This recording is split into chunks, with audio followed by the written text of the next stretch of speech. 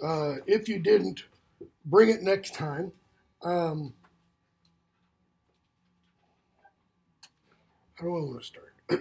Well, let me start because I heard some good question and conversation as I walked in. How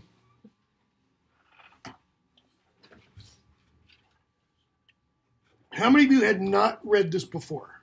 Or has anybody read this before this class? 2 or 3 of you have. Okay. For those of you who have, and those of you who have, what was difficult about it? I mean, I heard you. Wording. What do you mean the wording? Like I haven't read it in a long time, so I don't remember. I didn't remember any of it. But the way that he describes certain things, like he'll visually describe something in a really odd way, to where it sounds like it's something completely different, but then it gives you some context to what it actually is, and oh, okay, and then you can go back and visualize it. But it's kind of hard to understand at times. How many of you, as the novel opened, I don't mean from the beginning of the novel, because we're all totally lost at the beginning of a novel, but even after you got in, 40 or 50 pages, just completely, totally, what the hell is he talking about? Okay. What is he talking about? Start with the beginning. Guy Montag, the major character, the protagonist, if you will, in the novel. Thank you. What's his job? He's a fireman. You said burning down houses. What's the problem right there? The opposite of what it is. In our world, the real world, a fireman does what? Puts out fires. And yet he opens the novel with our being introduced to a fireman who starts fires. For what purpose? Burn books. Someone said censorship. Okay. Do we see him do that in the opening, the first few pages? I mean, does it start with something being burned? We start with, it was a pleasure to burn. Now, I don't know about you, but if any of you have an inner pyromaniac, you know what he's talking about there. Okay? But then he goes on. It was a special pleasure to see things eaten, to see things blackened and changed. With the brass nozzle in its fist, this great python spitting its venomous kerosene upon the world, the blood pounded in his head, his hands were the hands of some amazing conductor. Because think of what a conductor does with the baton, right? The conductor's moving hands all over, and what's the imagery we're getting? Fireman with a hose, but hasn't been mentioned to be a fireman yet, but somebody with a hose spraying kerosene. And the kerosene is then lit. Okay?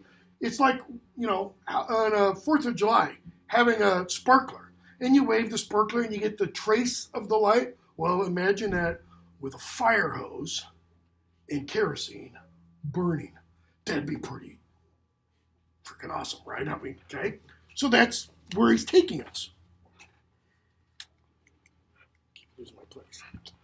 With the symbolic helmet numbered 451, his eyes still all orange flame with the thought of what came next, he flicked the igniter and the house jumped up. So now we're told this is a person burning down a house. Do we ever burn down houses today? We do sometimes. Every now and then, for fire training, if a city has a house or a row of houses that they have to get rid of, maybe they're crack houses or something, and they want to clear the lot, sometimes they'll do that for fire training. Torch the house, make sure they've got plenty of firemen around to make sure it doesn't spread and stuff, but this, not quite sure. So we get the description, while the flapping pigeon-winged books died on the porch and lawn of the house, while the books went up in sparkling whirls and blew away on the wind. So now we're told books are included among the things that are being burned. Now he's writing this, he starts this in 1950. It's published in 1953, okay? Are there quote-unquote book-burning parties in the United States in 1950 or 1953? No, there aren't. Where have books famously, in recent memory, to 1953 at least, been burned? The Harry Potter. Not 1953. 2003 maybe. In Germany? Nazi Germany. What kind of books did Hitler burn? Books written by like Jewish people and scholars and stuff. Books written by Jews, books written by Catholics, books written by gays, books that didn't celebrate the Nazi ideology. Okay, forbidden, I mean, they were considered forbidden knowledge and such. Okay, so he leaves and he walks home. Who's he run into on his way home? And why is it important? He meets a girl, right? Yeah, Clarice. Clarice McClellan is her name. How old is she? 17. 17. She's actually, we're going to be told, she's not quite. She's got like 2 weeks to go to her 17th birthday, but, you know, close enough. How old is Guy Montag? 35. Yeah, pretty sure he's between 30 and 40. I think he's been doing this 10 years, okay? We're told. Okay, so before we talk about Clarice, describe Guy Montag. First, what about his name? Very generic. It's very generic. Why isn't his name Thomas Persopoulos? Frank Jones? Why is it Guy? What kind of phrase do we have that has the word guy in it? You guys.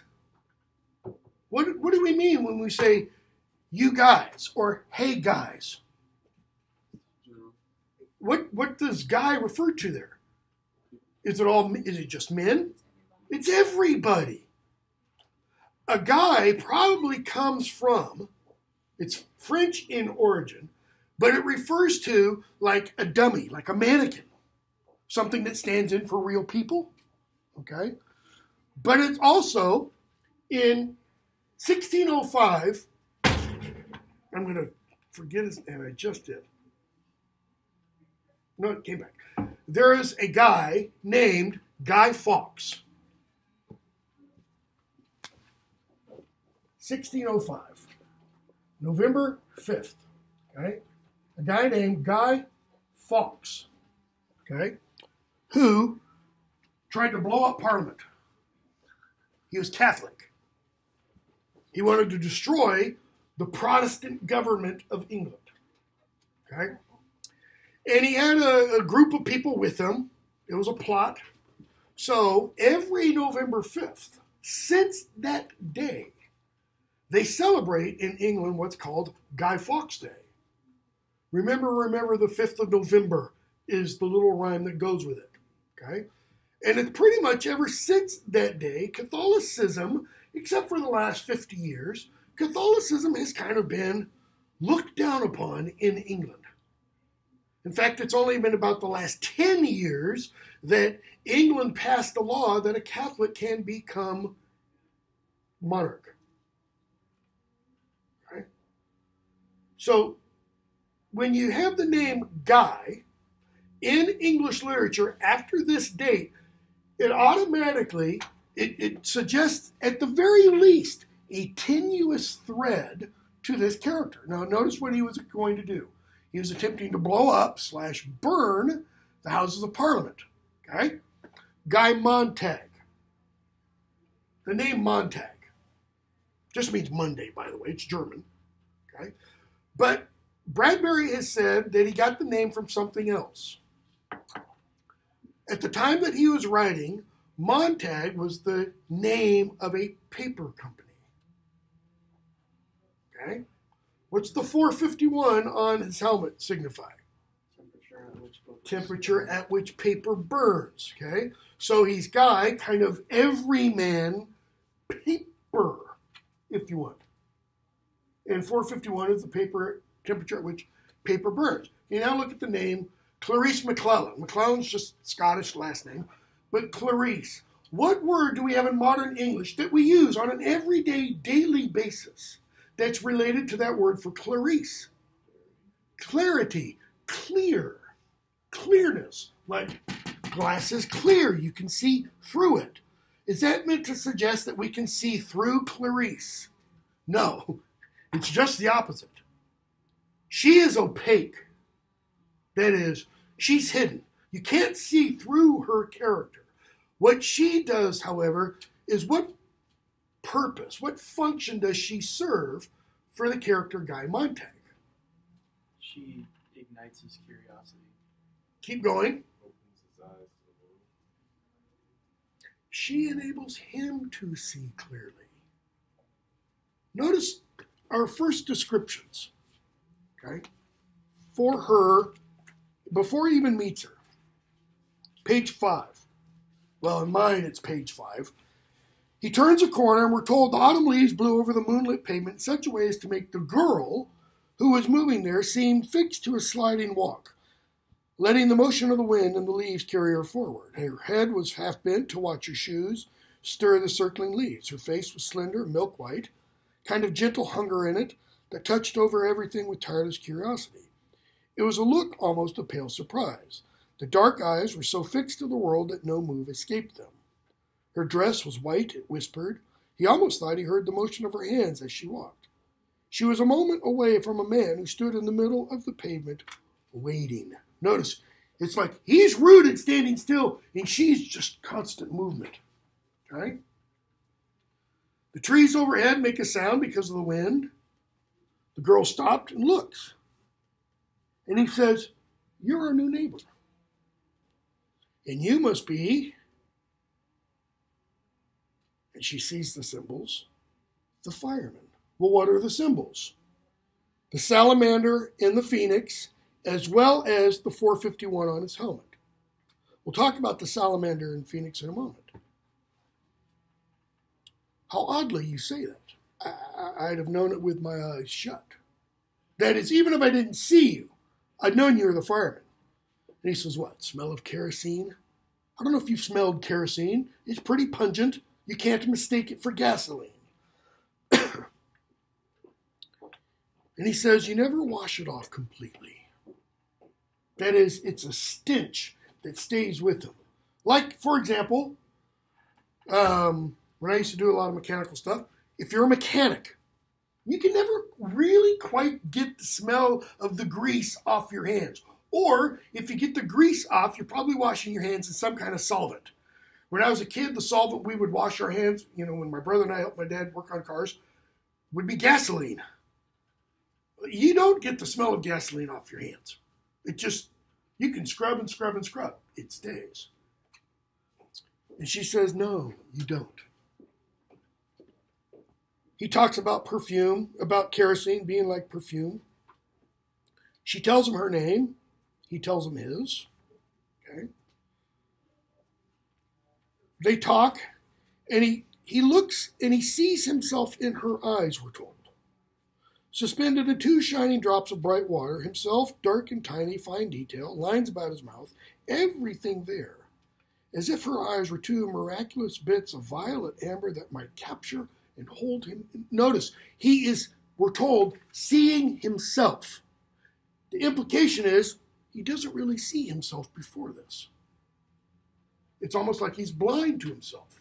Well, they go on and they talk about his job. And she implies firemen didn't always burn. And she asks, do you ever read any of the books you burn? Of course not. It's against the law. And he talks. Monday, Burn Millay. That's Edna St. Vincent Millay. Wednesday, Whitman, Walt Whitman. Friday, Faulkner, William Faulkner. Burn him to ashes, then burn the ashes. And that's when she says, isn't it true that firemen used to put out? And he goes, no. Houses have always been fireproof. Take my word for it. She says, no, I once heard firemen used to stop the flames. He laughs. She says, why are you laughing? He says, I don't know. Why does he laugh?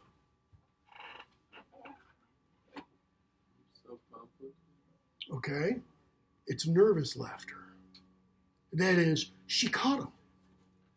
She knows he knows the truth. And so he to kind of deflect the situation? You've all been in situations. Somebody says something awkward. And what do? But the laugh usually stops. You never stop to think what I've asked you. That is, you just respond. And he says, man, you're odd. Don't you have any respect? You should speak more respectfully to me. I'm your elder, you know. I don't mean to be insulting. I just love to watch people too much. And he says, well, doesn't this mean anything to you? And he taps the numbers, 451. It's kind of a threat. Because he can do what? He's licensed, kind of like 007 is to kill. He's licensed to burn. She says yes. And then they talk about other things. Have you watched jet cars? Have you watched how people race down the highway? And he tells her, you think too many things. Because notice what she's asking about. She says, I sometimes think drivers don't know what grass is or flowers because they never see them slowly. Now, when she talks about drivers racing, she's not talking 60, 70, 80 miles an hour. Because the implication is, in this world, people are zooming by at 100, 150 miles an hour. That's why she says billboards are so long, so that you can see them. You think too many things. How is it possible to think too many things? Or what does he imply by that? You're getting too curious. We have a phrase. It's not used very often, but it's still used. Curiosity killed the cat. Cats, you know, they get stuck because they're too curious about something. Well, it can also kill people. She talks about, what do we hear next door? The parlor walls. What are the parlor walls? Giant screens. I was in Sam's Club a couple weeks ago. They had a LG 85-inch screen TV. Okay? They get bigger and bigger and bigger, right? In fact, I think LG, might have been LG or might have been Toshiba. This year at the Consumer Electronics Show unveiled a TV. It's not even a projector screen. It's a foldable, rollable TV. So when you're not using it, you just roll it up. And it's not like this, where you got something else either on the floor or in the ceiling. I mean, I remember, when these things came out, they were big old massive console-like things on the floor with a red, yellow, green lens to come up with all the colors. Red, yellow, green, red, yellow, blue. Can't remember. Red, yellow, blue. Okay? And then you had the big screen. Well, this is now just like that. It's the same thickness as that. But all the innards are in the rollable screen. Okay? She says, I don't watch the parlor walls. So I have lots of time for crazy thoughts. Because what do the parlor walls do? Think of his wife, Mildred. How does she spend her days? Is it watching TV? It's interactive. Notice she becomes part of what she watches. She takes part in, she becomes a character in the quote-unquote plays. So it's not merely where she watches, it's kind of more like, the little red light on my computer means now the camera is on. So it's not just that the walls are screens, there's also what? There's a camera and a microphone so that she participates in that. Okay?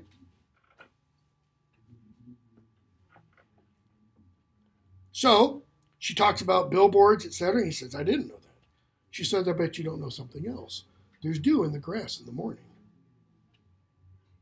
And he thinks, I don't remember that.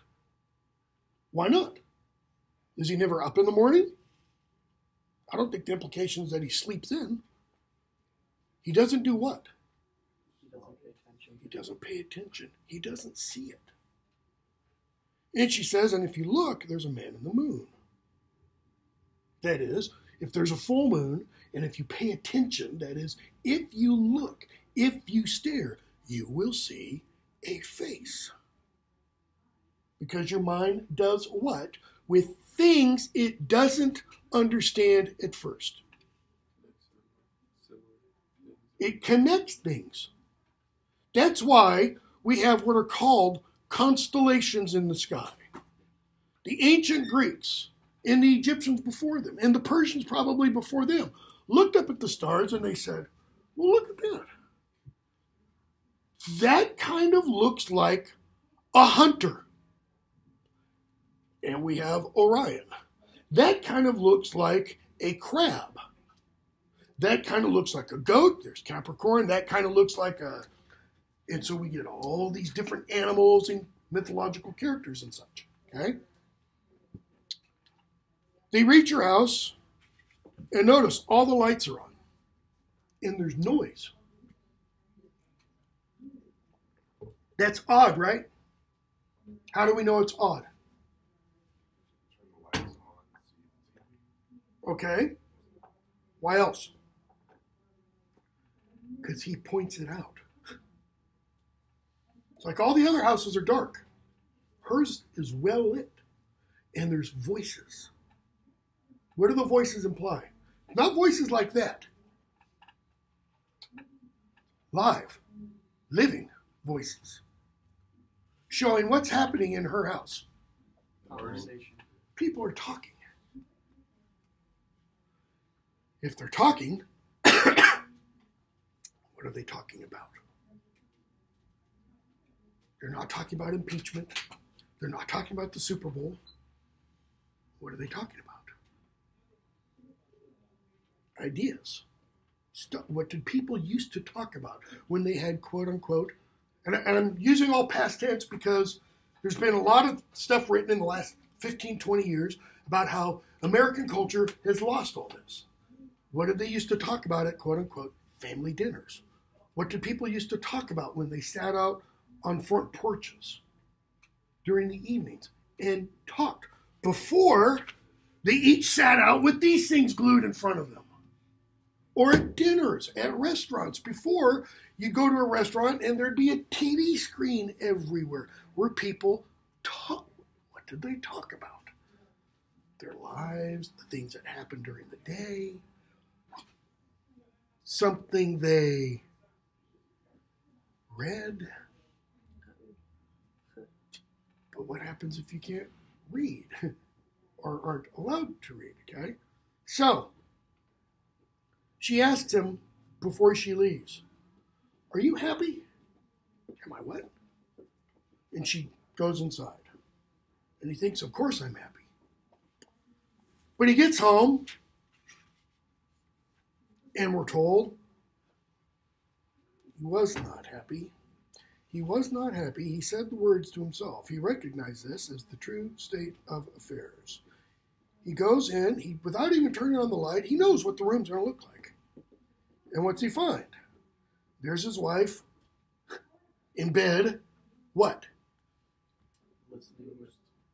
She's got her, we call them earbuds. They call them what? The seashells, something like that? Seashells. Okay. Conch shells. And what else? What has she done? She's overdosed. She's overdosed. Next morning, when he tells her she's overdosed, I wouldn't. Why would I do that? Why would you overdose? You're not happy. No reason to live. Life is meaningless. Keep filling in the blanks. But she doesn't think life is meaningless, right? After all, she's happy. What will make her happier? A fourth screen. What's the one thing they're missing? A fourth wall screen. Because then it'll be what? Fully, totally interactive. There won't be a blank wall. And what else will it be? What will Mildred then become? Distracted. Okay, she'll be more distracted, but she'll be like the center, right? Because, two walls here and two. Doesn't matter whether you're standing here or in the middle, you're still the center of the universe, right? So he calls 911 essentially. They come, they pump her stomach out with the snake. I heard some of you talking about that. Okay. And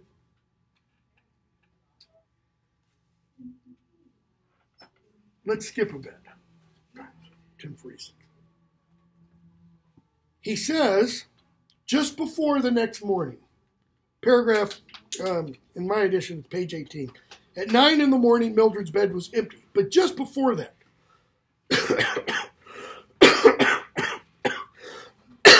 sorry, I may not stop. He says, I don't know anything anymore. And he takes a sleeping pill and falls asleep. Okay? He gets up, and she's got both ears plugged in. She's humming. They talk a little bit. And we're told, I think it is for the first time, he looks up at the air conditioning vent in the hall. Why? What do we find out later? He has books in there. He's got books hidden up there. Okay? So, he sees Clarice again. They talk some more. And she pulls a couple of dandelions. Any of you ever done this? Pull the dandelion, hold it up to your chin. If it rubs off, it means I'm in love, she says. Has it? He could hardly do anything else but look. And she says, well, he says, you're yellow under there. Fine, now let's try it. He says, it won't work for me. She says, here. And before he could move, she had put the dandelion under his chin. He drew back and she laughed. Hold still. Well, you're not in love with anyone. Yes, I am. Doesn't show. I'm very much in love. Who, obviously? His wife. Her name, Mildred. Is that meant to suggest anything? I had a grandmother named Mildred. She didn't like that name because what does it sound like? Mildewed. What's something that's mildewed? It's starting to rot. It's starting to become corrupt. Mildred, okay? Anyways, he says, I am. She goes, I'm sorry. It's just a dandelion. She says, say you forgive me. I don't want you angry. He says, I'm not angry. Yeah, I'm upset. And then she says, I got to go see the psychiatrist. Why does Clarice need to see a psychiatrist? Is she psychotic? Is she manic? She might be manic, right? I mean, every time he sees her, she's like, what? Bouncing off the walls. Happy. What's it mean if you're happy all the time?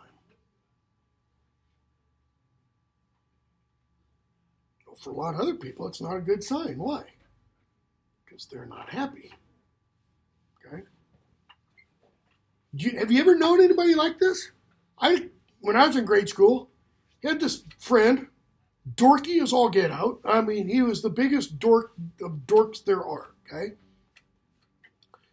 Big, thick rimmed glasses, gangly, and he was on Ritalin all the time.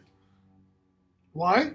Because when he was off his Ritalin, I won't say his name because this does go on YouTube,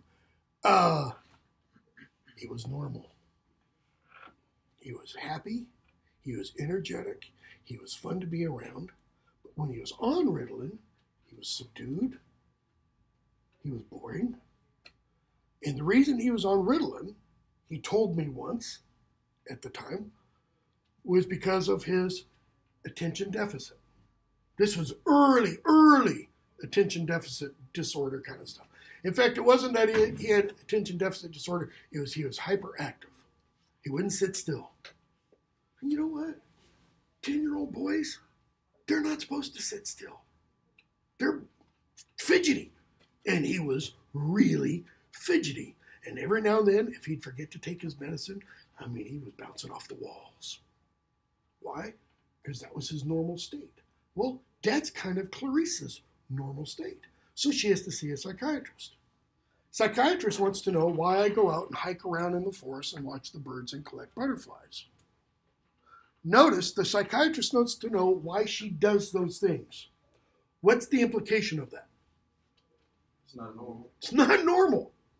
It's not normal to hike in the forest, watch birds, collect butterflies. Each of those three things is what? Part of the natural world, the natural environment. She's paying attention to nature. She's paying attention to the world out there. Okay? They want to know what I do with my time. I tell them sometimes I just sit and think, but I don't tell them what. I've got them running. Sometimes I tell them I like to put my head back like this and just let the rain fall in my mouth. Have you ever tried it? No. Does he mean literally? Even when he was a kid, he never, in a rainstorm, stuck his head back, stuck his tongue out, and caught rain in his mouth? Because I think most kids, at least one point in their life, have done that. See what it tastes like, if nothing else. He says, yeah, I've forgiven you. You're strange. And you're 17. She said, well, next month. Okay? And so she asks him, how'd you become a fireman? How did it start? How'd you get into it? You're not like the others. I've seen a few. I know. By saying you're not like the others, what's she telling him? That she sees something in him that she doesn't see in a lot of other people. He read books. Is it that he's read books? Could be. She's saying you don't fit the type. You're not like the other firemen. Curious. I mean, after all, he's doing what? He's spending time talking with her. When I talk, you look at me. When I said something about the moon, you looked at the moon. She's saying, when I talk to other people, they don't look at me. They do what? How many of you know people like this? You talk to somebody, they don't look at you, they look slightly askance. They look slightly off to the side. I've got a colleague. When he talks to you, he doesn't talk to you. When he talks in class, because I've walked by and watched this, and I've had students who have had him in class and have said this. He doesn't look at people, at students, when he talks to them. Even if he's like sitting right here, he'll look up there or down here. Okay? Why? Why not look somebody in the face? What are you doing when you're looking somebody in the face? What are you communicating to that person? You're paying attention to them? What else? Because what does that really mean? They're important. They're important. I've got a doctor, a guy who did one of my surgeries. He's very good at looking you in the face. With him, though, it's a little different because he gets like this close. I'll be sitting there. Okay. Back up just a little. 6 inches, a little bit more. Okay. We're friends and such, but I mean, it's one of the things that makes him such a fantastic physician. He's paying attention. I've seen other doctors, they're like, clock's ticking, man. All I see is dollar bills. Okay. So, she goes off to her appointment, and we get introduced to the mechanical hound. What's the mechanical hound?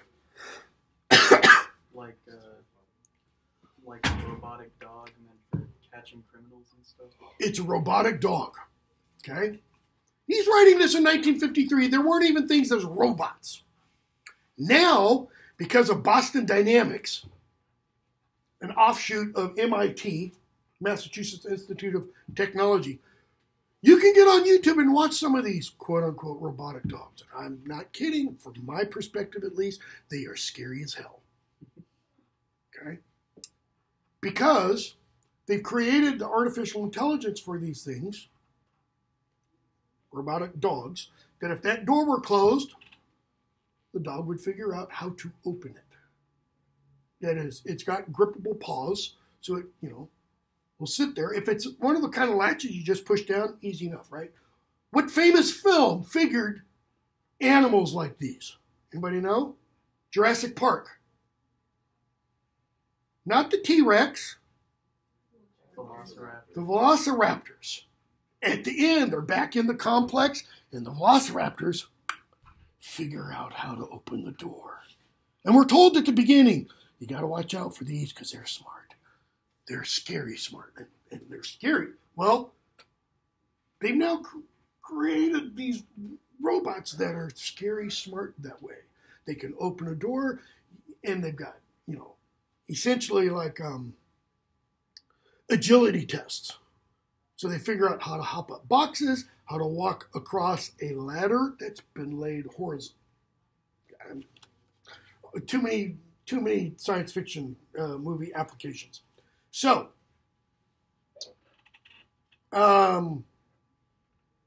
Montag talks with his boss about the dog, and he says, the dog's out to get me. He says, why would the dog do that?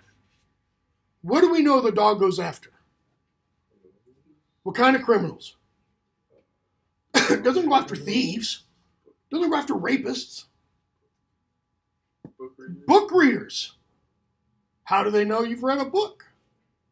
Because we're told the dog has sensors because the body produces hormones and things like that the dog senses those and it knows who to follow. And what has Montag just essentially done? He's outed himself, the dog. The dog's sniffing around me. Well, the dog only sniffs around guilty people, okay? So,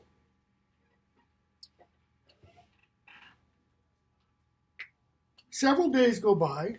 We're told 1, 2, 3, 4, 5, 6, 7 days. And as many times he came to the house, and Clarice was there somewhere in the world. He sees her, they chat, etc. Okay? He says, I feel like I've known you years. She says, it's because I like you. I don't want anything from you because we know each other. He says, you make me feel old, like a father. Okay? They keep talking. And he asks, why aren't you in school? I see you every day wandering around. Well, they don't miss me. I'm antisocial, they say. Why? Because she says it depends on how you mean social. I'm very social indeed. It all depends on what you mean by social. Social to me means talking to you about things like this. So what does she say? What is she saying social really means? Keep going. Go even more basic than that. Talking to each other about ideas. You're almost there. I mean, you had a couple words there that were in it. Two people. At least two people. What? In close proximity. In conversation. Interacting. Facebook is called what? Twitter is called what? WhatsApp is called what? Instagram is called what? Social media. Social media. According to Clarice McClellan, are they? No. Why not? It's not like face to face with somebody else. Because you're not interacting with another person. What are you interacting with? Machine. This. Where's the other person? Somewhere else. This is merely what? It's a mini parlor wall in that sense. It's, to use older, a little bit language, it's an interface. All right? We used to say, you use a computer to or a keyboard to interface with the computer. Think of that about that word interface for a moment. If I kiss my wife, we're interfacing. That's what interface literally. It's between faces. Interfacing is not this. It's this. It's speaking, it's sharing, it's conversing, etc., etc. She goes on. Or talking about how strange the world is. Being with people is nice. Notice, being with. Because the being with doesn't necessarily even imply speaking. Do you ever just hang out with somebody and you don't really even talk? You're just with the person? Just being in the person's company is pleasing? Yeah. What about in this society? No. That's what? It's weird. It's abnormal. But I don't think it's social to get a bunch of people together and then not let them talk. Do you? What's she talking about? School.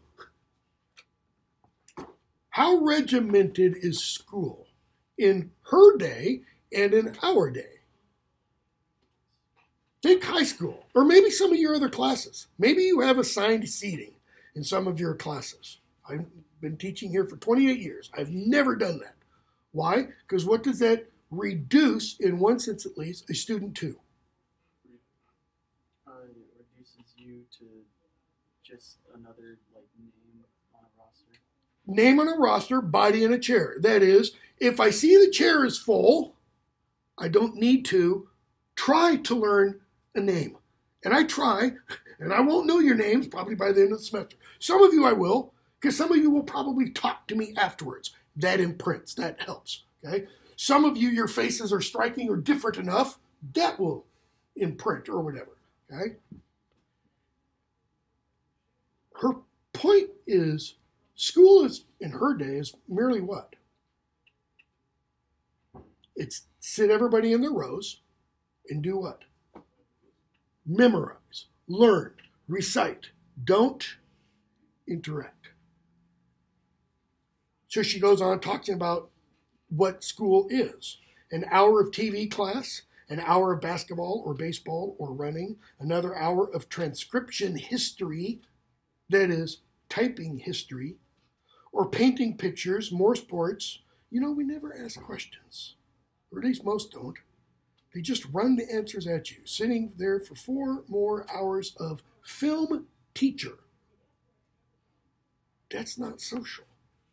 It's a lot of funnels and a lot of water pouring down the spout. What's the water being poured down the spout? What they want you to learn. Whatever the information is. What's the spout? Yeah, it's everything dumped. It's not about what? Thinking about that, whatever the topic is. Okay? So, she asks at the end of that paragraph, do you notice how people hurt each other nowadays? You sound so very old. She's not even 17 yet. Why does he say she sounds old? Smart? Are old people necessarily smart? Hell no. I know an awful lot of people my age and or older. Dumber than a load of bricks. I don't mean dumber, they've not attended university or I mean no common sense. They don't learn well. Okay? Wisdom, maybe. What's the difference between smarts and wisdom? Experience. Wisdom is the application, so to speak, or wisdom is what you learn from experience. How do you learn that fire is hot? Touch it. Get burned. Get burned. Some people, it takes more than being burned once. How do you learn that doors are hard? You run into it. Some people, it takes a long time for them to learn those kinds of lessons. She says, sometimes I'm ancient. I'm afraid of children my own age. They kill each other. She's not talking metaphorically. She means literally. He's writing this in 1953, where we had hardly any teens killing each other. Now, it happens all too frequently. Did it always used to be that way? My uncle says no. 6 of my friends have been shot in the last year alone. Almost sounds like she's growing up in Southside Chicago, where every weekend there are 20 or 30 shootings. and 4 or 5 deaths. Or Central LA. 10 of them died in car wrecks. I'm afraid of them. They don't like me because I'm afraid. My uncle says his grandfather remembered when children didn't kill each other. But that was a long time ago. They believed in responsibility. That is, they took responsibility for their own actions. She says, I'm responsible. I was spanked when I needed it years ago. And I do all the shopping and house cleaning. And she's 16. Means she's the one who does what? Goes out, she creates a list, she does the buying, etc., etc. Okay? But she says, most of all, and this is why she says she's ancient. I like to watch people.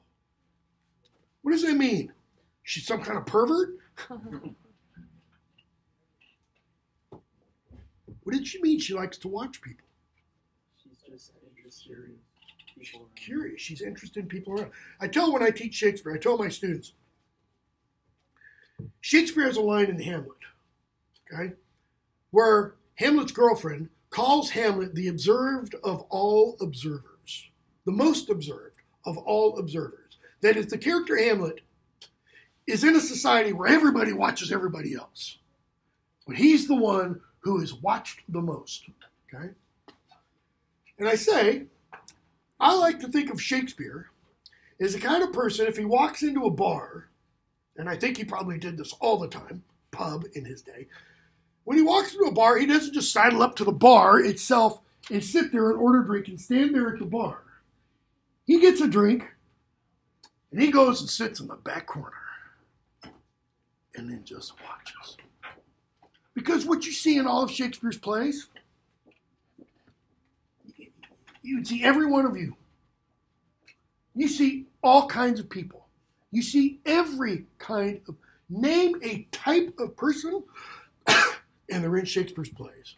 Why? Because he's seen them. He's observed that kind of person. He watches their behavior. He listens to their speech. He looks at their mannerisms, and he creates then that kind of character. Why? Because he's antisocial? No, just the opposite. He wants to know what makes us tick. What makes people people? And Clarice is the same way. What happens to Clarice? She gets killed. She gets killed. Why?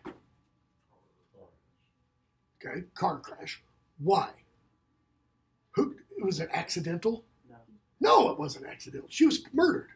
She was executed. What's the difference between murder and execute? Louder? On purpose. On purpose. Murder's usually on purpose. Execute means it was an act of the state.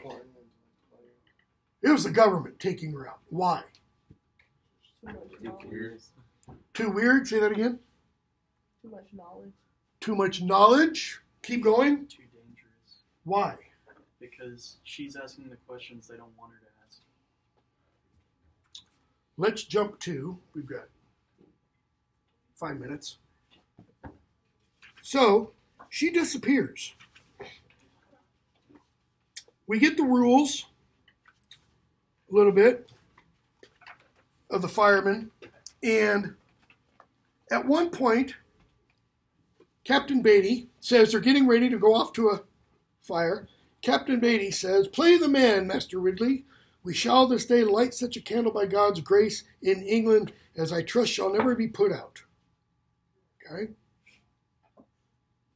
That's a quote. It's an actual quote from English history. It's a quote from Bishop Latimer to Hugh Ridley, or Jasper Ridley, I can't remember which, 1556, about when they are burned at the stake in Oxford, England. I used to, when I take my students to Oxford, when I taught in London, we'd go to Oxford for a field trip. And as we'd walk in, I'd stop and point out the place. Okay? Because these were two Protestants who were burned at the stake for going against the Catholic Church. The Queen at the time gave us the name of a drink, Bloody Mary, because she executed Protestants. She burned them at the stake. She had them drawn and quartered. Okay? So, by his saying these words, that's telling us a couple things. One, Beatty has read. In fact, he's read and he's committed this language to memory. Later on in the novel, he's going to quote, but he's not going to say, and I quote. He's just going to say a whole string of words, and they're all quotations from novels and plays and things like that. Okay? So, they go off to a house. And they burn the house. And Montag tries to get the little old lady to come away. And she won't. She's burned with her books. Okay? The next morning, that same evening, they go back to the firehouse. And Montag says, Master Ridley? What? Says Beatty. She said, the old lady said, Master Ridley, something, something, something. And Beatty says, sorry, the lady said that earlier, not Beatty. And Beatty quotes, we shall this day light such a candle by God's grace in England as I trust shall never be put out. A man named Latimer said that to a man named Nicholas Ridley as they were being burnt alive at Oxford. Okay? So he goes home and he tries to wash his hands. And he acts like he can't get them clean. His hands had been infected and soon it would be his arms. He thinks. He could feel the poison working up his wrists and into his elbows and his shoulders, and then the jump over from shoulder blade to shoulder blade. Okay? He makes more soft sounds. He stumbles toward the bed and shoves the book clumsily under the cold pillow. He falls into bed. His wife cries out, startled. And so now they're both in bed, a couple minutes left, and he asks her a question. Anybody remember what it is? They're married. Close. When did we meet? When did we meet? When did we meet for what? No. I mean, originally. Why it was at, I don't know. Can't remember. It's been so long. 10 years. My wife and I have been married almost 35 years. Knew her for a little over a year before we got married. I can remember the exact moment I saw her. She says the same thing. Okay? Only 10 years? Really? That's all? What's that imply? Really? Yeah, man, because it seems like I've been married to you forever. It doesn't matter. She was up in the bathroom, and he says, no, I guess not. Why doesn't it matter? What did the dandelions say? They're not in love. Okay, we'll stop there. We'll pick up with that on Wednesday. If you haven't finished it, finish it. Though we're not going to finish it on Wednesday because we're going to get bogged down. And when they start talking about how the censorship began, how the book burning kind of began.